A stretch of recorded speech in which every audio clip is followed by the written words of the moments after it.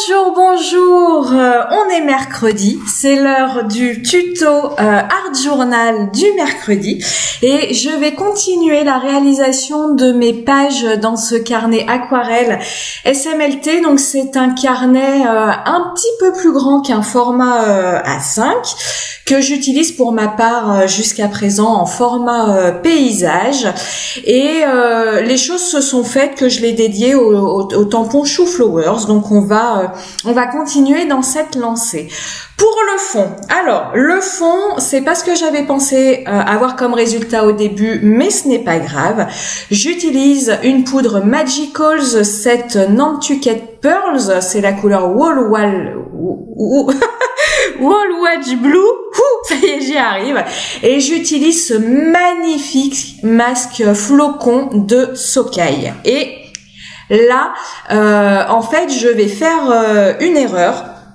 C'est que je vais ajouter trop d'eau et vous verrez lorsque je vais enlever le masque, en fait, on ne va quasi pas voir les marques de mes flocons. Donc, pour améliorer ça, vous voyez, je suis venue avec mon masque faire l'empreinte des flocons grâce aux poudres humides qui s'étaient mises sur mon masque. Et là, je vous fais un petit zoom pour vous montrer que malgré tout, j'ai été surprise, mais dans ma tâche, vous voyez, on voit comme des traces blanches plus claires finalement de mon masque. Alors, je ne sais pas pourquoi cet effet. Est-ce que c'est le papier qui malgré tout a absorbé moins d'eau à cet endroit-là puisque j'avais posé mon masque, je ne sais pas. Mais en tout cas, j'ai eu cette jolie surprise. Donc, c'est pour ça que je vous ai fait un petit ralenti pour vous montrer ça. Pour continuer l'effet ambiance neigeuse, je suis venue embosser à chaud une petite étoile que vous retrouvez sur une planche de tampon de Chou Flowers. Comme d'habitude, toutes les références sont en descriptif de la vidéo. J'utilise pour ça mon encre Versamark, cette encre collante qui vous permet d'utiliser vos poudres à embosser. Et pour ma part, j'utilise un petit mélange fait maison d'une poudre blanche opaque classique Wow et puis d'une poudre transparente à paillettes Easy Ink. Tout simplement parce que vous avez des poudres toutes faites blanches à paillettes, mais finalement moi comme j'avais ces deux pots chez moi, plutôt que de racheter un pot blanc à paillettes, j'ai finalement fait mon petit mélange. C'est finalement plus économique, et puis vous mélangez très peu de poudre pour avoir l'effet escompté. Ce petit passage me permet de vous dire, ce mélange de poudre, il est valable pour toutes les poudres. Là, vous voyez, j'ai même mélangé ensemble deux poudres qui ne sont pas de la même marque, mais n'hésitez pas à faire vos petits essais, de mélanger ensemble des poudres soit de différentes couleurs, soit voilà, vous avez une poudre mate, vous souhaitez lui mettre des paillettes, n'hésitez pas à lui rajouter des paillettes et puis comme ça à créer vos propres petites poudres. Moi, j'ai créé ma propre petite poudre dans un petit flacon. C'est un petit flacon pour transporter des petits produits de parapharmacie. Mais enfin, vous utilisez n'importe quoi comme petit flacon et ça fonctionne. Donc, n'hésitez pas à faire vos petites expériences de chimiste. Mélangez vos poudres, évidemment pour l'embossage à chaud, pensez bien à chauffer votre poudre au heat gun pour faire fondre votre poudre et puis après vous n'avez plus qu'à découvrir le résultat. Évidemment quand vous mettez à mélanger des poudres entre elles, une fois que vous chauffez, comme les poudres vont fondre et vont se mélanger, vous ne pouvez pas tellement prédire du résultat. Donc moi je vous avoue, ça me donne envie de mélanger peut-être des poudres de différentes couleurs pour voir ce que ça peut donner. Peut-être voilà, des expériences à faire durant cette année. On continue avec la colorisation de mes motifs. Donc ici ce sont les sapins, l'œuf, le petit bonhomme de neige. Ce sont des motifs issus de la planche de tampon Snow Day de la collection Storybook de Chou Flowers. Je suis venue les tamponner sur mon papier à grain fin aquarelle Fabriano.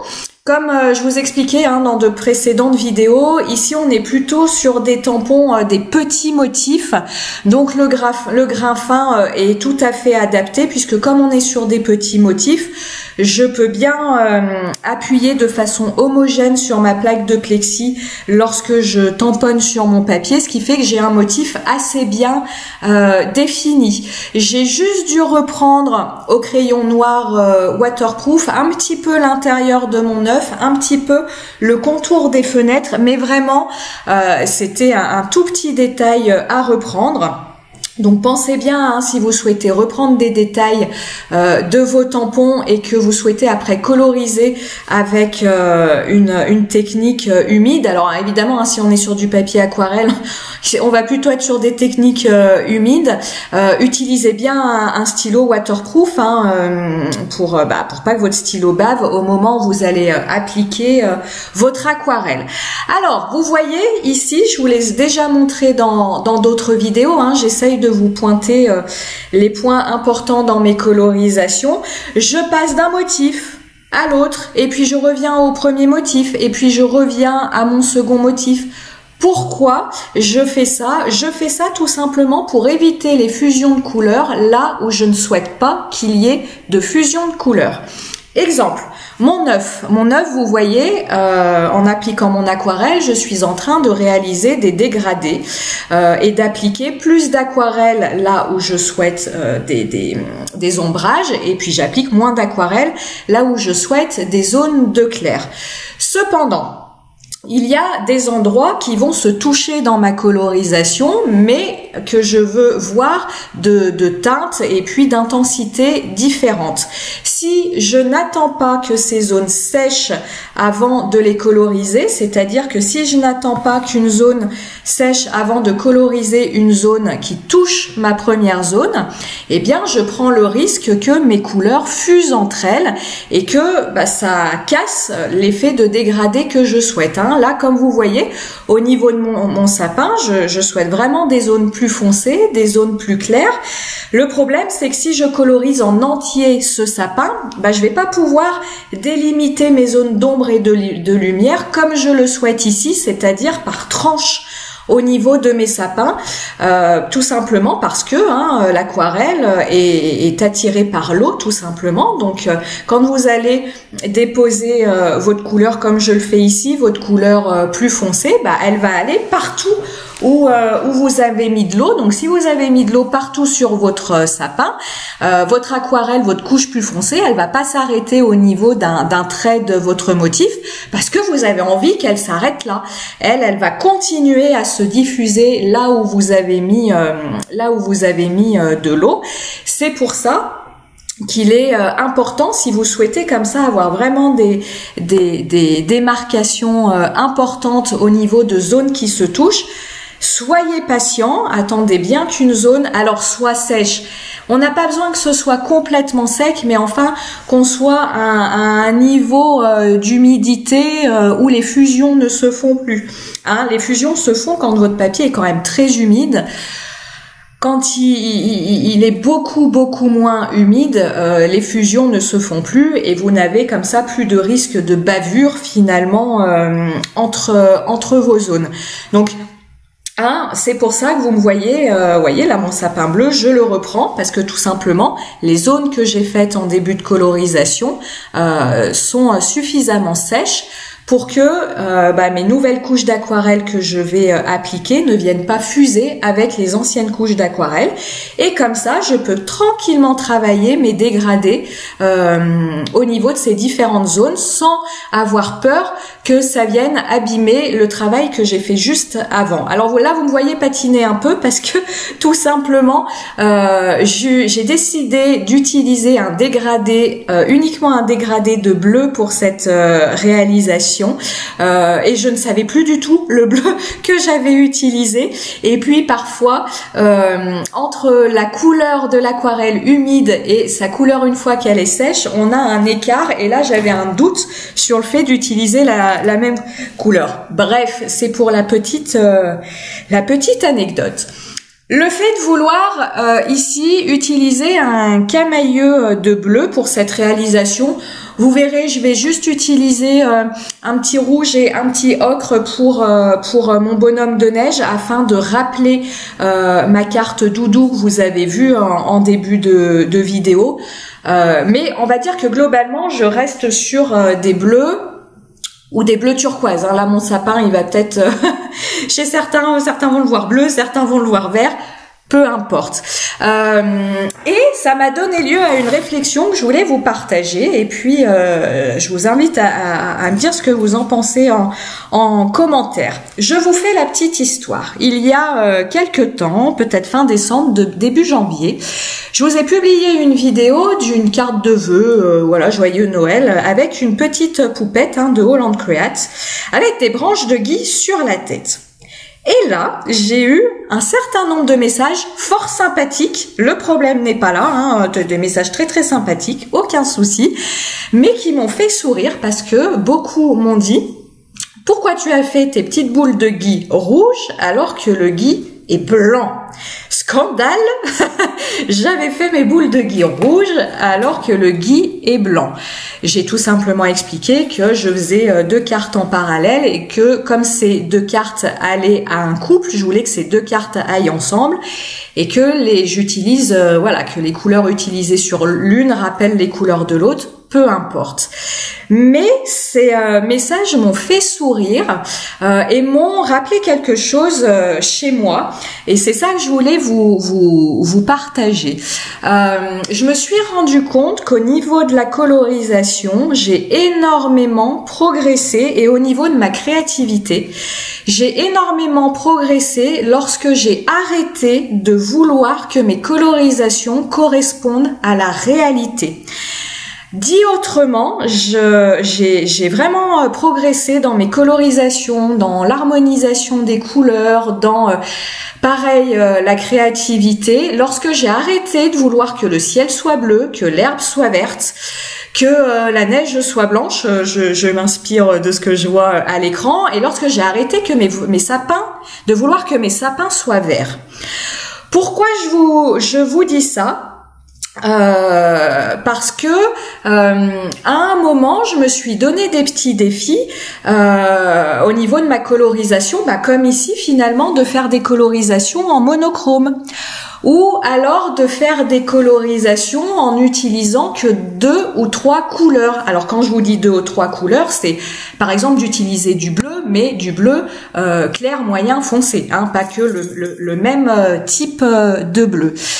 Je me suis donné par exemple le défi d'utiliser des harmonies qui étaient proposées par le cercle chromatique. Ça, je vous laisse aller voir ma vidéo sur les harmonies de couleurs si ça ne vous parle pas.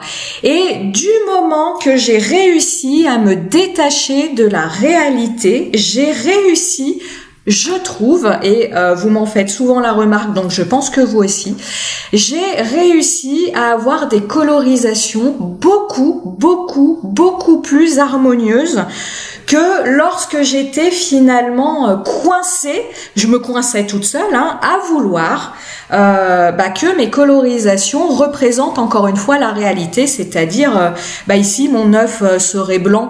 Je vous dis blanc parce que où je vais à la montagne ils sont blancs, que mes sapins soient gris, que mon bonhomme de neige je le laisse blanc parce que la neige c'est blanc, ou alors je lui fais quelques reflets gris.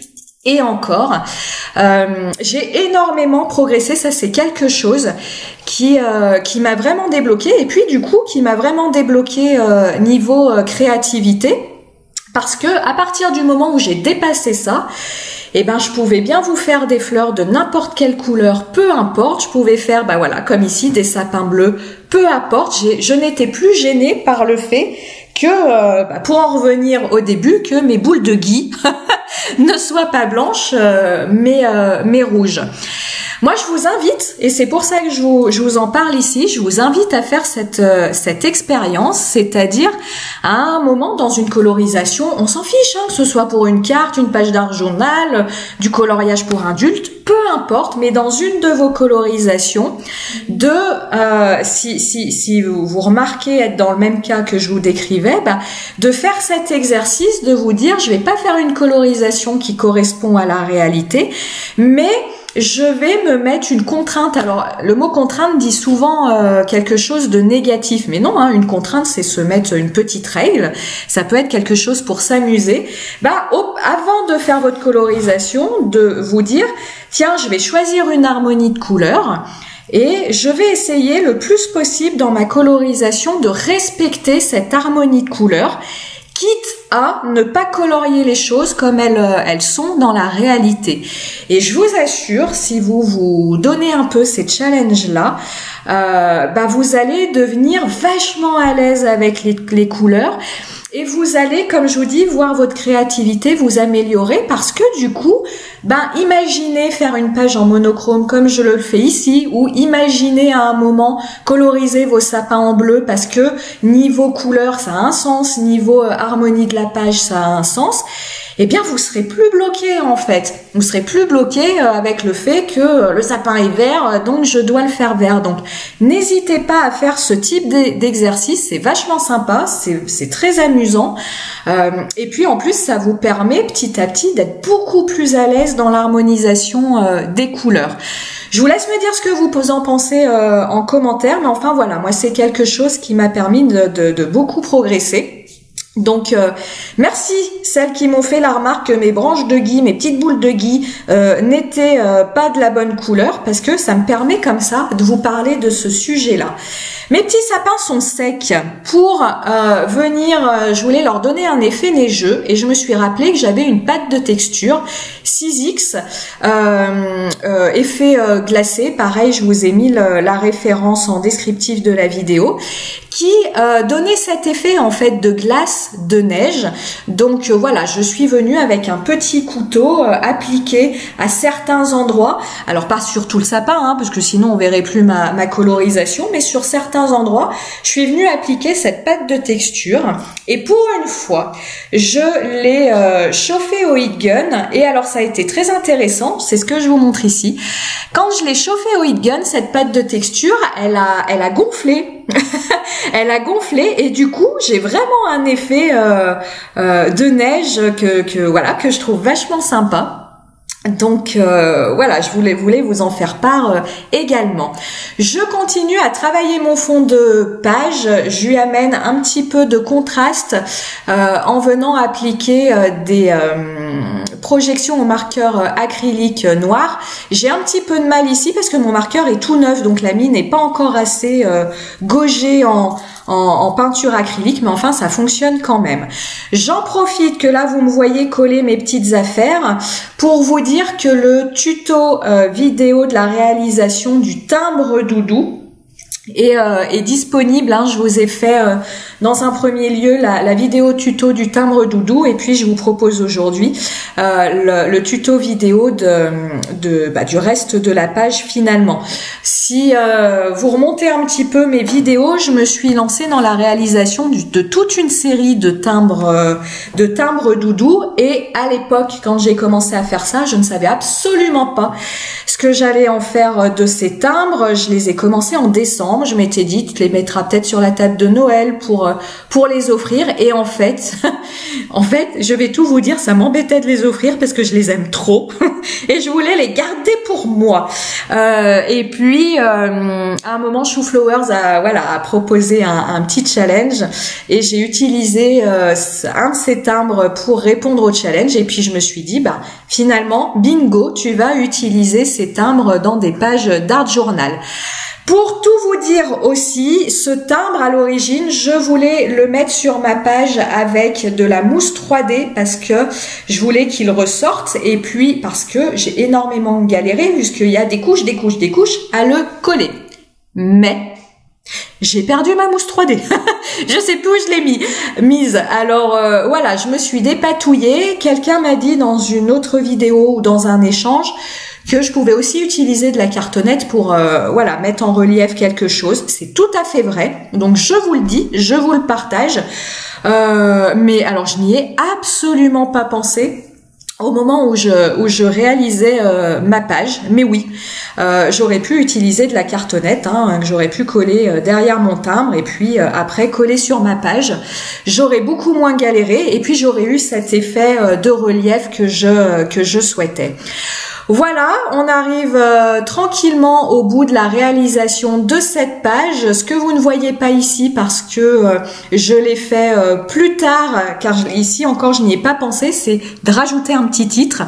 Donc vous le verrez sur la photo de la fin, j'ai rajouté un petit titre qui évoque la neige tout simplement. Voilà, hein, vous voyez mes petits sapins bleus, vous voyez mon petit bonhomme de neige bleu, des doudous sur le ski. Alors là, colorier dans la réalité un doudou qui fait du ski, ça va être très compliqué. Vous voyez la neige sur mes sapins, vraiment je suis ravie de cette pâte de texture. Et puis ce fond finalement flocon qui ressort plutôt bien. J'espère que vous avez passé un bon moment et moi je vous dis à très vite pour de nouvelles vidéos. Ciao ciao!